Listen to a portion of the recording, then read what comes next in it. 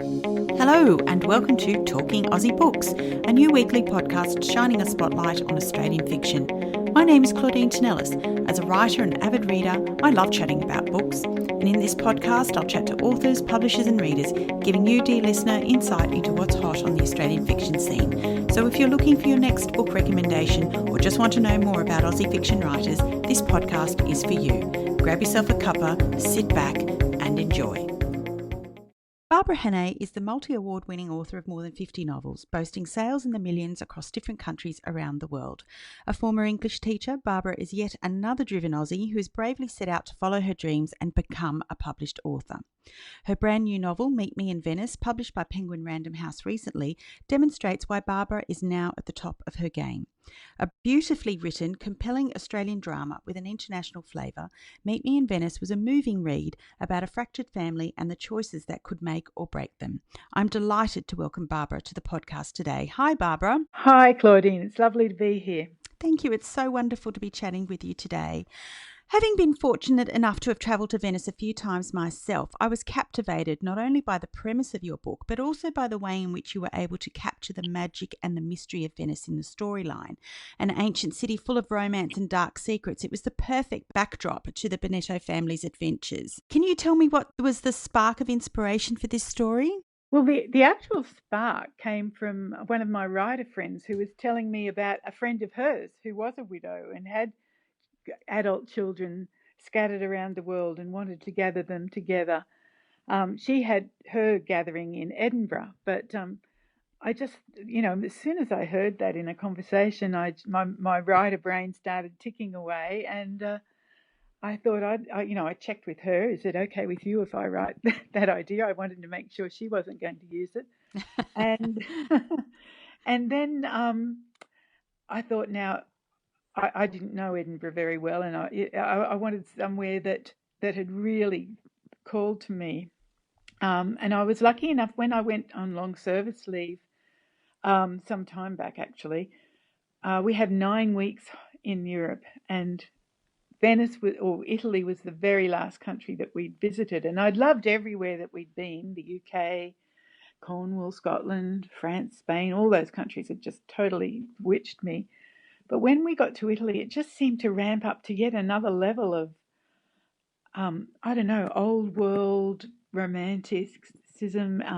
Just all the. I'd studied art at school too, so being able to go to all those galleries and see all the Michelangelo and everything else blew me away. And then getting to Venice, which was just such a uniquely different city with such a fragile relationship with its environment, I was totally blown away. So it seemed the perfect spot to me to have the story set. Yeah.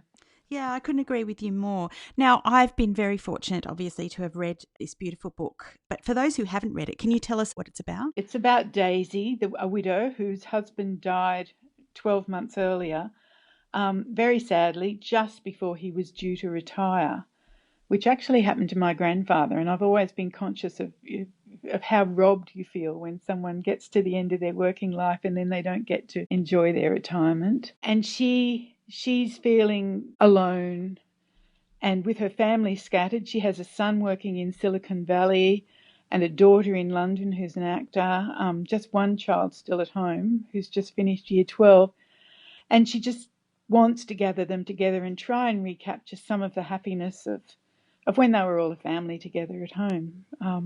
She chooses Venice because that was where Leo came from. He was born there. Leo was the patriarch of the Bonetto family, and his untimely death seemed to highlight the fractures within his family.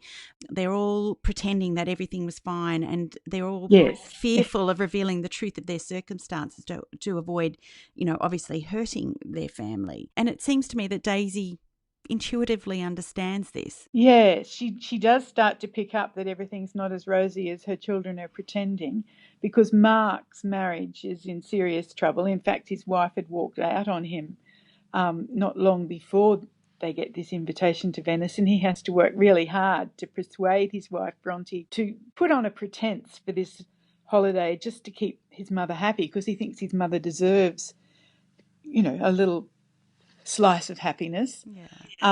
And Anna is struggling as an actor in London. She was very talented, and everybody at home expected her to do great things. But of course, the competition in London is horrendous, and it's just been so much harder than she ever expected. And she doesn't want to have to admit this to her mum either. So they've both got things they're trying to keep under wraps and have just a happy holiday. But these things always have a way of surfacing. And of course, mums have got that radar Yeah. to pick up on any tension in their children. So she is conscious of, I guess there's always a potential to worry about your kids no matter what age they are too. I agree. And I think as the eldest child, Mark bore the brunt of his father's lofty expectations, didn't he? Yes, And as the eldest and as the only son. yeah, there was the definite sense that he felt a pressure to be the perfect child and that overachiever. Do you think that that's a birth order phenomenon? It can be, yes. I'm the eldest in my family, and I think I've been a bit that way inclined. And I think I can see it in my eldest daughter too, actually. But it may not happen in every family. I think whatever the first child chooses, the next one in the order sort of chooses a different slot, don't they? So Yeah. I guess in some families it could be the second child that is the more ambitious one. Anna certainly had it easier than her brother in that Yeah. her parents' aspirations for her were not as demanding as they were for Mark, and certainly even less so for Ellie, who's number 3. Yes. Yeah. I thought Daisy was a remarkable character, and I think she could have been really cliche. She could have been the meddling, interfering and overly dramatic mother, putting her own pain and needs ahead of those of her children, but she didn't. Whilst we were privy to her thoughts, she knows that things are not all as they seem, but she lets her children get on with the job of finding their own way forward. And I loved that about her, and I think there's some lessons in there for those of us with adult children, isn't there? Oh, I'm glad to hear that, because sometimes I wondered if she was a bit too hands-off. But yeah, I think it is, once they're adults, they do need to be able to be given their own space to make their own mistakes and work everything out for themselves. Yeah. I have adult children, so I think in this story I'd been through the same, not the same, thankfully, experience of widowhood, but the same experience of motherhood that I've probably written about more closely than I have in any of my other books. I found that a really refreshing take on parents with adult children. Oh, thank you. Great. I must admit I was a little worried that she was a little too underconfident, but I did try to make, that was part of Daisy's journey to get more confident as time went on. Yeah. I think she did a wonderful job. Now, Venice provided the perfect contrast to Mark and Anna's lives in particular, I thought. There was something uniquely European about the lifestyle there. Everything kind of moves at a slower pace. There are no cars, the distinct absence of the kind of background noise that city living is famous for. And it certainly gives each of them the chance to reflect on what's important, doesn't it? Yes. Yes, I think, I don't think I actually realised that myself until I was into the story and thinking more closely about their lives in Silicon Valley and as opposed to Venice.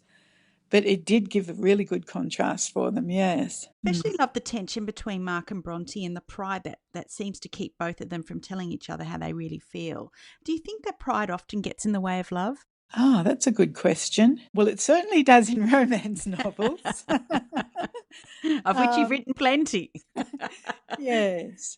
I'm sure it does, actually. I'm usually writing about people who are meeting for the first time, not so much exploring a relationship that's been in place for quite a long time. Although I couldn't resist going back and having a little glimpse into how they met. Yeah, I liked that. That was great.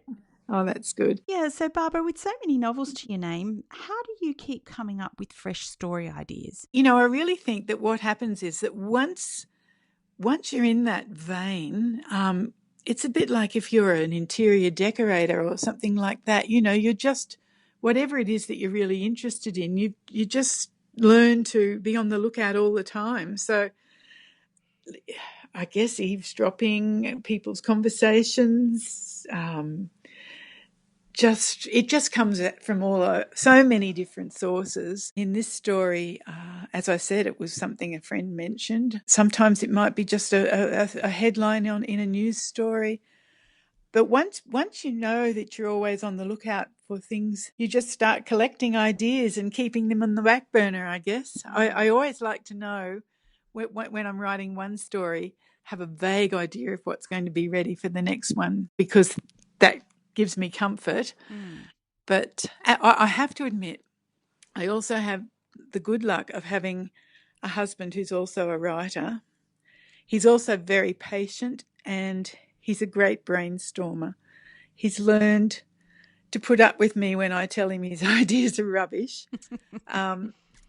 But he'll just continually, happily throw spaghetti at the wall with me until we think we know we've hit on something that will work. So that's a really lucky bonus. I wondered, how much research did you have to do for this novel? Oh, quite a lot. Apart from having been to Venice, I had to read up a fair bit about Silicon Valley and the lifestyle there. Also, the whole London scene, and Venice, of course, itself.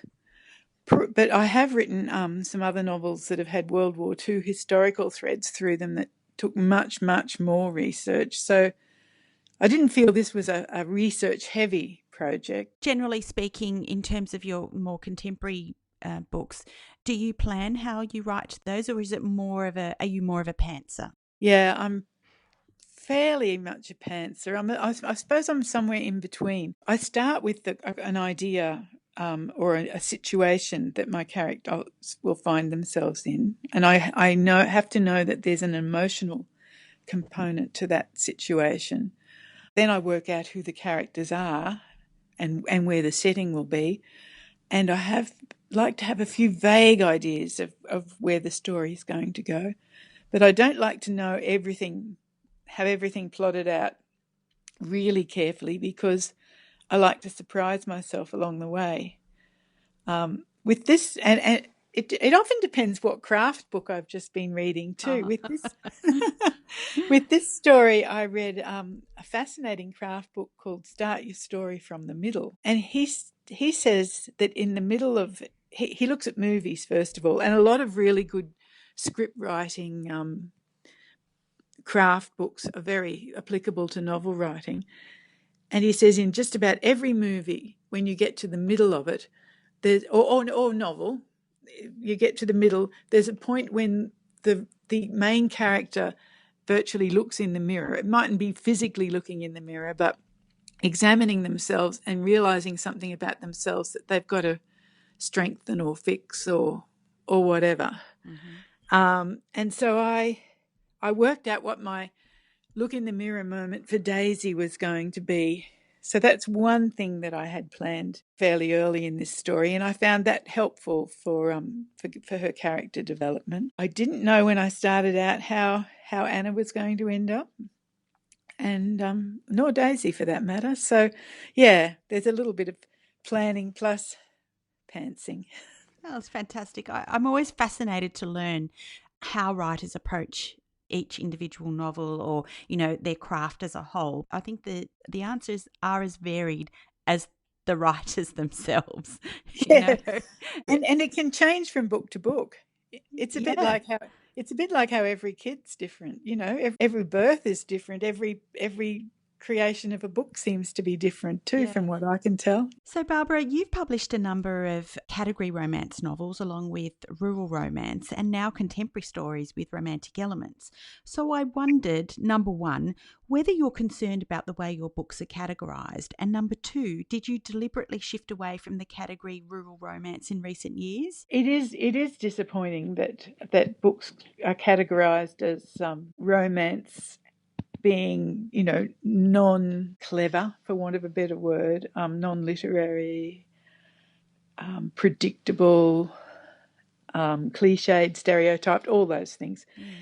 I must admit, when I actually first started writing them, or what led me to write them, I was a high school English teacher, and we had to do a unit of popular fiction, and we looked at detective fiction, action, adventure, and romance, and the whole aim was to see exactly how predictable and stereotyped these little romances were.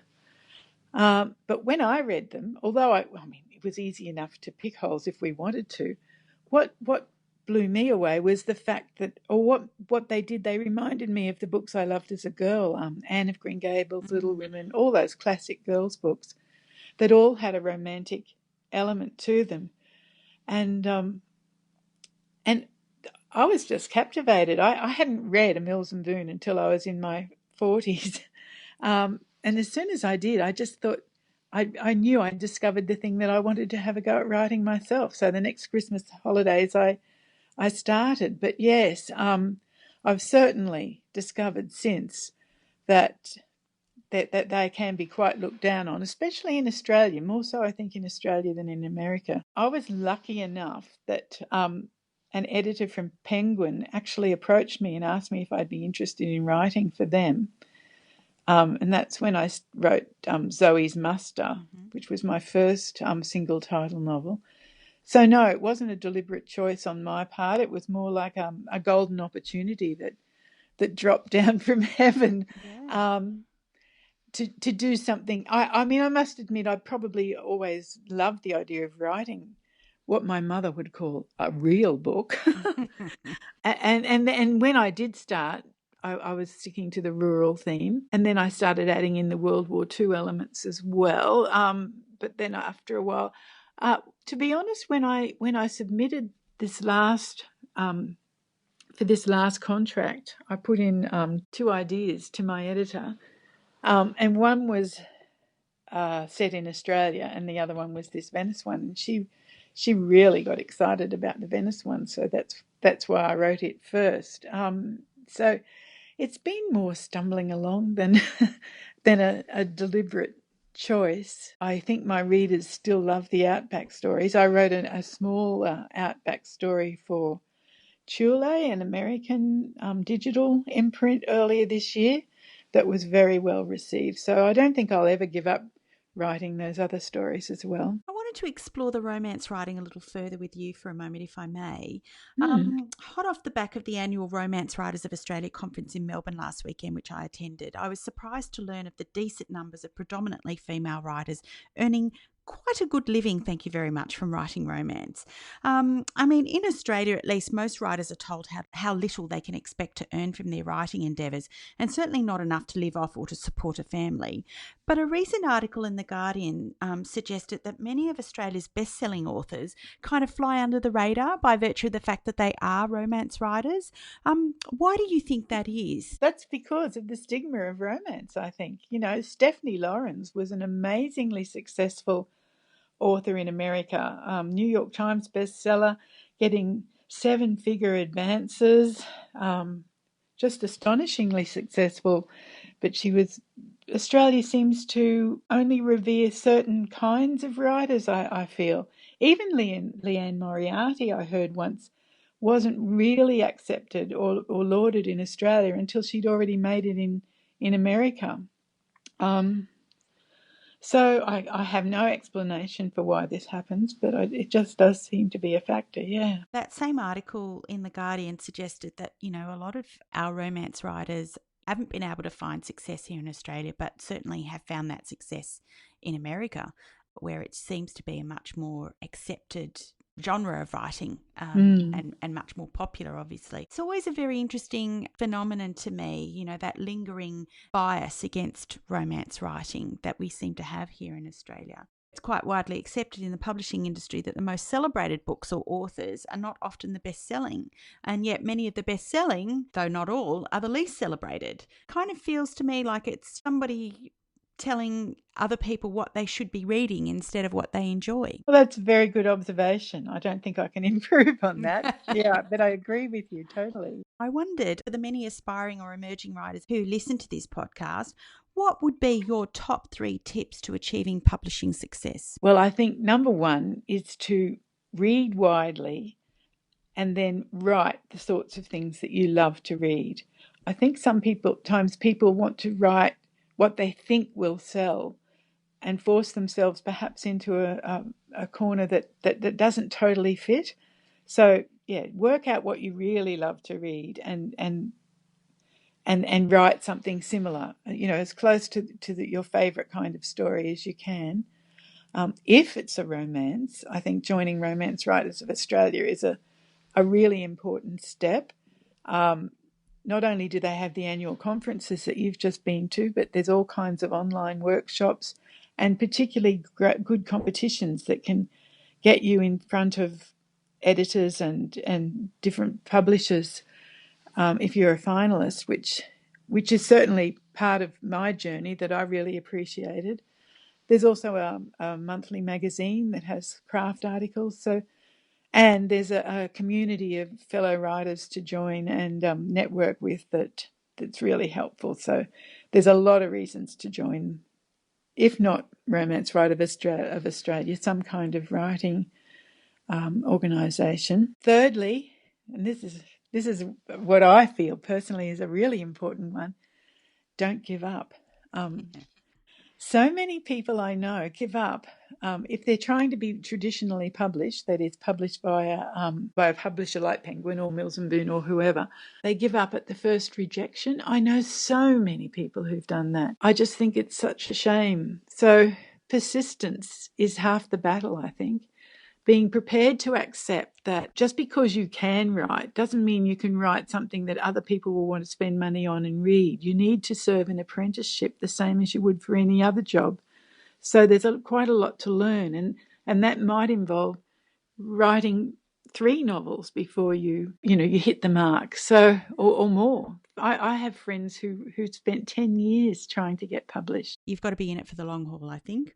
Yeah. And I think, now that self-publishing is available, of course, it's easy to get in that way. Probably you learn just as much doing that by reader feedback as you do by sending off to editors. I'm not sure because I haven't tried that route. So, Barbara, what's next for you? What other projects are on the horizon? Well, I'm writing a follow-up story to Daisy. I don't know if you remember in the story, she had a friend, Freya. Mm-hmm. So I'm working on Freya's story at the moment. Won't tell you too much more about that. And when can we expect to see that? Oh, I should imagine this time next year. I might have a shorter outback story in the meantime. And I am dreaming of writing a Christmas short story. But whether I actually manage that or not, I don't know yet. If readers wanted to connect with you, how could they do that? I have a website, www.barbarahannay.com. I have a Facebook page, Barbara Hannay Author, and I'm on Twitter. I am on Instagram as well, but very, very... No, I couldn't really say I'm on Instagram. I have an Instagram account. That's about all it amounts to.